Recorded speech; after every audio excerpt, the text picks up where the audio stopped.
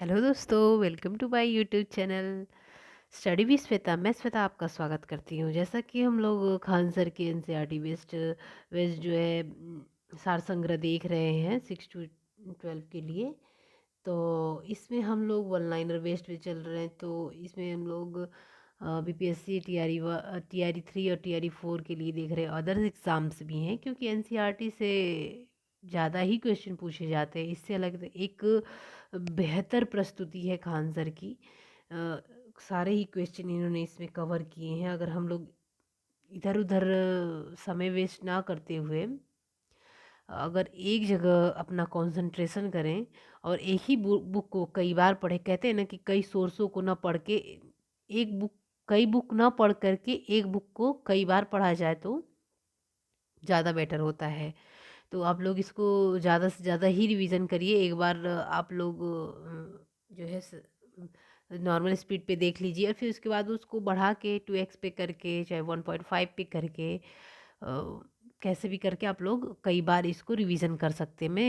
मैं इस बात का ध्यान रखूँगी कि मैं छोटे छोटे ही वीडियो बनाऊँ, क्योंकि टॉपिक अगर एक में कवर करती हूँ तो बड़े वीडियो बन जाते हैं। तो मैं ऐसा करूँगी, एक टॉपिक में 2-3 वीडियो ऐसे करके बनाऊँगी। 15-20 मिनट की होंगी वीडियो, उससे ज़्यादा नहीं होंगी अब। तो आइए शुरू करते हैं। तो आज हम लोग भूगोल जो है इनकी सार संग्रह को नेक्स्ट वीडियो में स्टार्ट करते हैं। तो आइए, इसमें आज हम लोग को देखना था कि प्रायद्वीपीय अपवाह तंत्र। प्रायद्वीपीय अपवाह तंत्र और हिमालय अपवाह तंत्र में से कौन सा अपेक्षाकृत पुराना है? तो प्रायद्वीपीय अपवाह तंत्र। ऐसा प्रायद्वीपीय नदियाँ की प्रौढ़ावस्था और नदी घाटियों की चौड़ा उथला होने से प्रभावित होता है। फिर बंगाल की खाड़ी में गिरने वाली प्रायद्वीपीय नदियों और अरब सागर में गिरने वाली छोटी नदियों के बीच जल विभाजन का कार्य कौन करता है? पश्चिमी घाट करता है। किन दो नदियों को छोड़कर अधिकतर प्रायद्वीपीय नदियां पश्चिम से पूर्व की ओर बहती हैं? नर्मदा और ताप्ती। प्रायद्वीपी ये आता है क्वेश्चन। प्रायद्वीपी के उत्तर भाग से निकलने वाली चंबल, सिंध, बेतवा, केन और सोन नदियां किस नदी तंत्र का अंग है? तो गंगा नदी तंत्र का अंग है। प्रायद्वीप के अन्य प्रमुख नदी तंत्र महानदी, गोदावरी, कृष्णा और कावेरी हैं।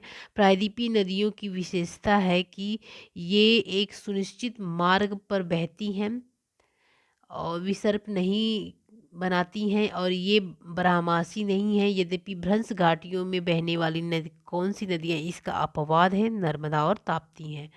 तो आप आयोग का, दोनों ही आयोग जो है बीपीएससी हो या तो यूपीपी से, चाहे कोई भी हो, अपवादित क्वेश्चन ही वो पूछते हैं। तो अपवादी जब क्वेश्चन पूछते हैं तो हम लोग अपवादित को ही याद करें। तो इस मायने में नर्मदा और तापी जो है वो बहुत ही इम्पोर्टेंट हो जाते हैं।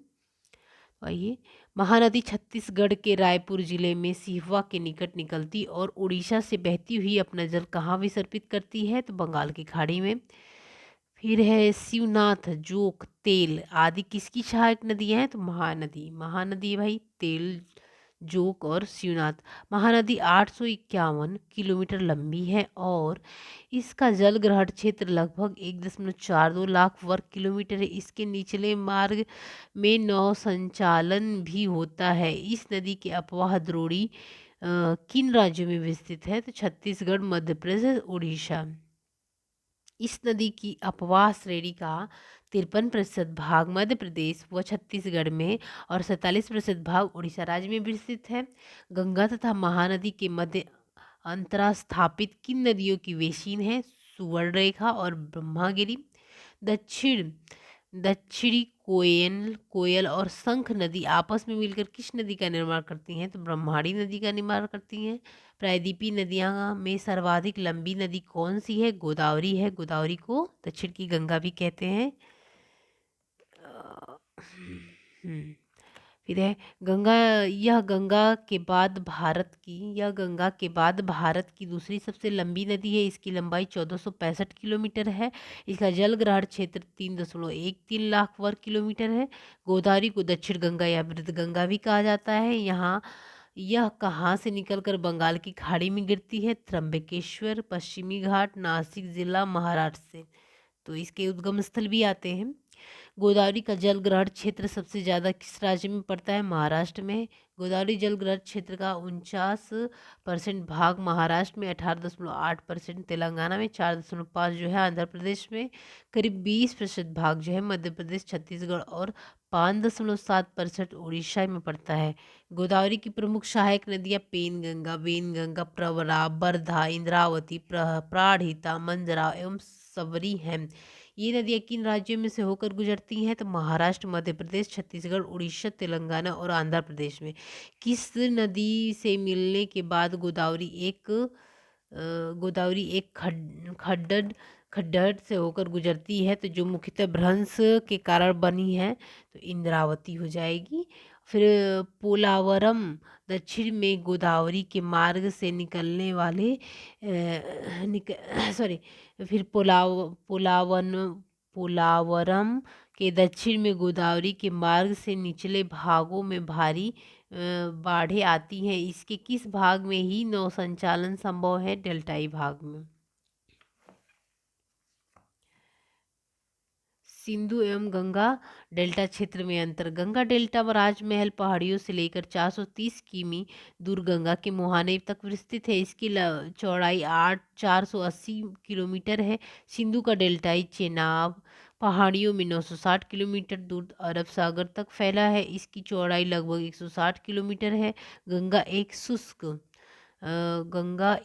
शुष्क क्षेत्र से वर्षा वाले क्षेत्र को की ओर प्रवाहित होती है, जबकि सिंधु नदी वृष्टि क्षेत्रों से मरुस्थलीय भाग की ओर प्रवाहित होती है, जिस कारण सिंधु नदी को जलोढ़ गंगा की तुलना में छिछला एवं अपरिष्कृत होता है। भारत की प्रमुख झीलें हैं। विवर्तनिक झीलें जो है कश्मीर के बुलर झील, कुमायूं हिमालय में स्थित अनेक झीलें हैं। फिर ज्वालामुखी क्रिया से निर्मित झील है जो है महाराष्ट्र की बुल्ढाना जिले में लोनार झील है। तो देखिए विवर्तनिक झीलें जो हैं वो है कश्मीर की बुलर झील और कुमायूं हिमालय में स्थित है अनेक झीलें।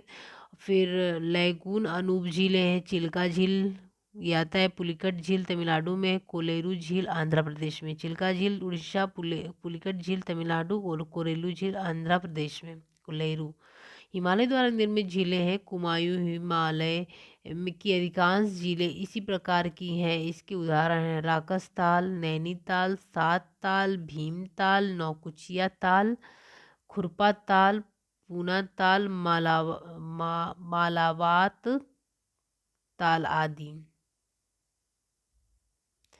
तो फिर ये ताल वाले जो हैं उसको याद कर लीजिएगा।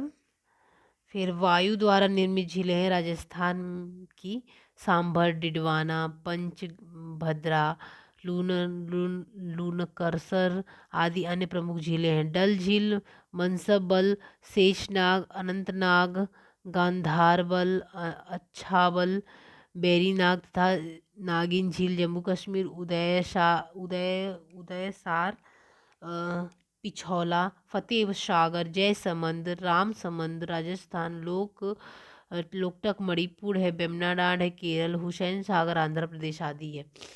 तो जैसे इस आप कहेंगे तो मैं झीलों का अलग से ही वीडियो बना दूंगी। एक मैप पे इसको एक एक करके कहाँ से कौन सी झील है, जितनी एक जो है प्रदेश की जितनी झीलें हैं मैं उसको एक जगह कर सकती हूँ, तो मैं कर दूंगी, आप लोग याद कर लीजिएगा। कुछ भूगोलविद बुलर झील को झेलम नदी की गोमुख झील भी कहते हैं। कोल्लेरू झील गोदावरी और कृष्णा की डेल्टाई के बीच पाई जाती है। गोविंद बल्लभ सागर झील भारत की सबसे बड़ी कृत्रिम झील है।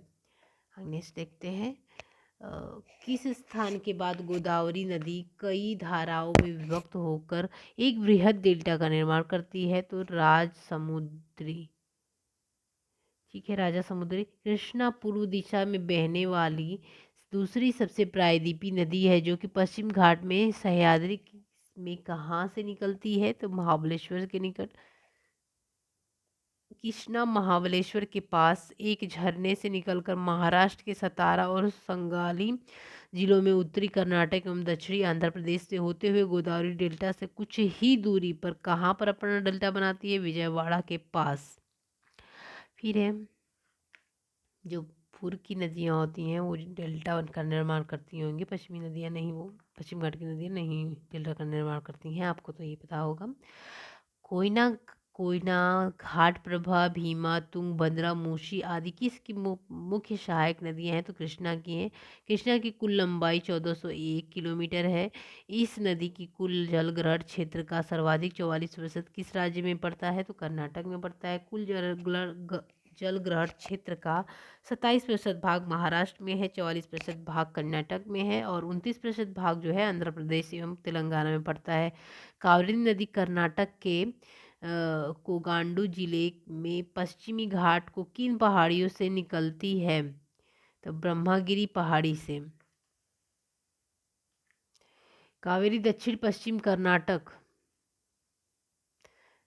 कावेरी दक्षिण पश्चिम कर्नाटक एवं मध्यवर्ती तमिलनाडु से बहती हुई किसके पास बंगाल की खाड़ी में गिरती है? तो कावेरी पत्तनम के पास अपवाहित कर करती है। इस नदी की द्रोणी को 3% भाग केरल में और 41% भाग कर्नाटक में पड़ता है। इसका शेष 56% भाग किस राज्य में पड़ता है? तमिलनाडु में। सिवान सिवान समुद्रम कर्नाटक के मंड्या जिले में स्थित है, जहाँ पर कावेरी नदी को 2 भागों में विभाजित किया जाता है और प्रत्येक शाखा बड़ी चट्टान से निकलती है और ये किन 2 दर्शनीय झरनों या जलप्रपातों का निर्माण करती हैं? गगन चुक्की और भारा चुक्की। इसको एक बार और पढ़ लेते हैं। सिवान समुद्रम कर्नाटक के मांड्या जिले में स्थित है, जहाँ पर कावेरी नदी 2 भागों में दर्शनीय विभाजित हो जाती है और प्रत्येक शाखा खड़ी चट्टानों से नीचे गिरती हैं। ये किन 2 दर्शनीय झरनों एवं जलप्रपातों का निर्माण करती हैं? तो गगन चुक्की और भारा चुक्की। फिर एशिया का पहला जल विद्युत संयंत्र जो है 1902 में किस जलप्रपात पर निर्मित किया गया था? तो शिव समुद्र जलप्रपात पर। फिर नोट है, इस संयंत्र में बेंगलुरु शहर के बिजली की आपूर्ति करता था। 1906 में बेंगलुरु पूरी तरह से विद्युतीकृत होने की इलेक्ट्रिक स्ट्रीट लाइट बनाने वाला एशिया का पहला शहर बन गया था। 1906 में गगनचुंबी और भारत चुंबी झरने किस अभ्यारण्य के जंगलों में घिरे हुए हैं? कावेरी वन्यजीव अभ्यारण्य। फिर कावेरी नदी कोडगू पहाड़ियों को छोड़ते हुए किन दो द्वीपों का निर्माण करती हुई दक्कन के पठार पर बहती है? तो श्रीरंगपट्टनम शिव समुद्रम। श्रीरंगपटना और शिवान समुद्र नामक 2 द्वीपों के बनने के बाद कावेरी नदी तमिलनाडु के होगेनकल और श्रीरंगम कस्बों में आने के ठीक पहले कौन सा जलप्रपात बनाती है? तो हो जाएगा होगेनकल जलप्रपात। कावेरी मुख्य सहायक नदियां हैं हेमवती, सिमसा, लक्ष्मण तीर्थी, अमरावती, कबिनी, भवानी आदि। इसके 2 द्वीप श्रीरंगपट्टनम और शिव समुद्रम है। कावेरी और कृष्णा के मध्य कौन सा नदी वेशीन है? पेन्नार नदी तथा पेन्नार नदी का वेशीन। नर्मदा नदी अमरकंटक पठार के पश्चिम पार्श्व से लगभग 1057 किलोमीटर लंबाई और ऊंचाई से निकलती है और लगभग 1312 किलोमीटर दूरी तक बहने के बाद कहाँ अरब सागर में गिरती है? तो भड़ोज के दक्षिण में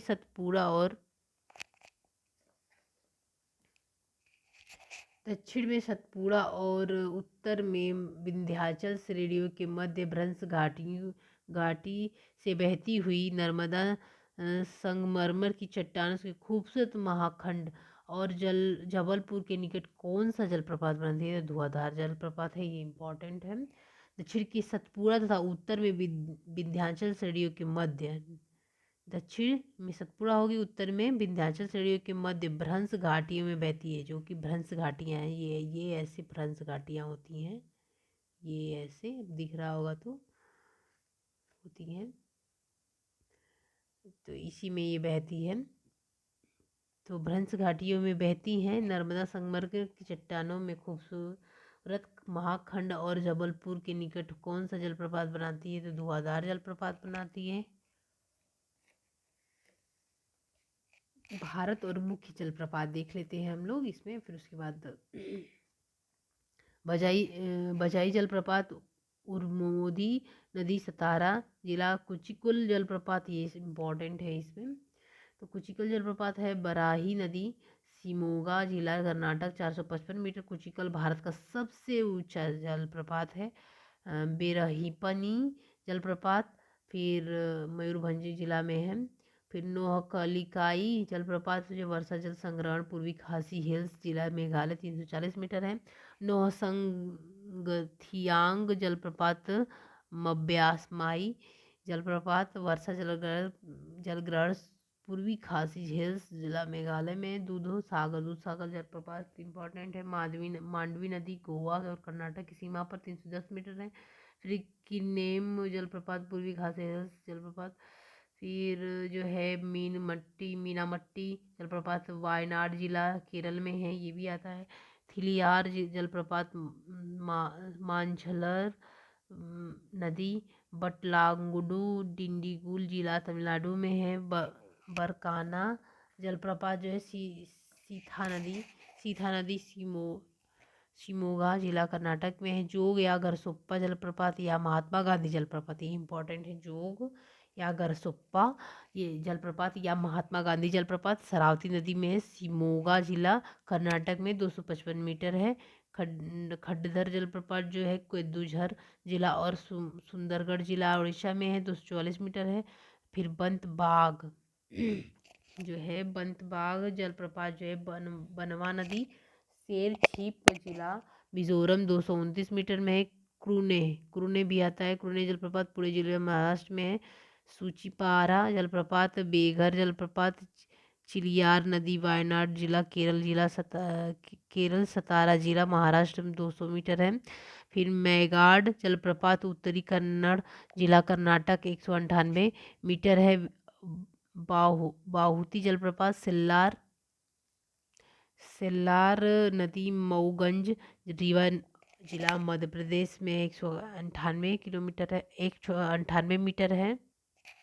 फिर इसमें है यन्ना जलप्रपात नर्मदा नदी गुजरात, ऊंचाई 183 मीटर है। पायकारा जलप्रपात जो है नर्मदा नदी पर, ऊंचाई 183 मीटर है। जेरंडा जलप्रपात जो है बधुबलांगा नदी पे मयूरभंज में है। हेब्बे जलप्रपात जो है भद्र नदी चक्करपुरम जिला कर्नाटक, 168 मीटर है। दुदुमा जलप्रपात मचकुंद नदी पर है, उड़ीसा एवं आंध्र प्रदेश में। फिर पालानी जलप्रपात जो है मंझलर नदी कल्लूर जिला हिमाचल प्रदेश में। लोध जलप्रपात बुरहान नदी लातेहार जिला झारखंड में। बिस्प जलप्रपात उमियाम नदी पूर्वी खासी हिल्स जिला में है। चचाई जलप्रपात वीहड़ नदी में है। और फिर केओटी जलप्रपात जो है महाना नदी रीवा जिला मध्य प्रदेश में है। कलहट्टी जलप्रपात शरावती नदी चिकमंगलूर जिला कर्नाटक में है। फिर विडान जलप्रपात जो पूर्वी खासी हिल्स जिला मेघालय, 120 मीटर है। फिर केप्पा जलप्रपात अघनाशिनी नदी उत्तरी कन्नड़ जिला कर्नाटक, 116 मीटर है। कुसली जलप्रपात सुपर्णा नदी उडुपी कर्नाटक में है। फिर पांडवगढ़ जलप्रपात ठाणे महाराष्ट्र, 107 मीटर है। ख़त्म तो हुआ। फिर इसमें जो है हम लोग यहाँ से नेक्स्ट वीडियो में देखेंगे, क्योंकि वीडियो लंबी हो जाएगी। फिर हम लोग नेक्स्ट में जो है हिमालय और प्रायद्वीप नदियों की तुलना करेंगे। तुलना के बाद फिर ये ख़त्म ही होने वाला है, और एक वीडियो रहेगी उसमें ख़त्म हो जाएगा। फिर हम लोग देखेंगे नेक्स्ट जो है जब मौसम एवं जलवायु, इससे भी रिलेटेड बहुत सारे क्वेश्चन आते हैं। जो बेसिक्स थे उस पर कॉन्सेप्ट बेस्ड ही ज़्यादा क्वेश्चन आए थे। बीपीएससी में, तो आप लोग अपनी अच्छे से तैयारी करिए। हो सके तो टाइम हो तो बीपीएससी के जो है पीसीएस वगैरह के क्वेश्चन प्रीवियस ईयर के घटना चक्र हो तो आप उससे ज़्यादा से ज़्यादा क्वेश्चन करिए। साथ में इसको भी रखिए क्योंकि ये बहुत ही बेनिफिशियल है। मुझे तो बहुत अच्छा लगता है क्योंकि कम समय में और to the point one liner के रूप में मिल जाता है। तो आप लोग ज़्यादा से ज़्यादा रिवीजन करिए। रिवीजन पे ज़्यादा फोकस होना चाहिए क्योंकि हम लोग पढ़ते जाते हैं, रिवीजन करते नहीं हैं। तो अ, आप लोग प्लीज़ शेयर एंड सब्सक्राइब करिए क्योंकि आप लोग मेरा मोटिवेशन बढ़े, मैं आप लोग का मोटिवेशन बढ़ाऊंगी। तो आज के लिए बस इतना ही। Okay, bye bye.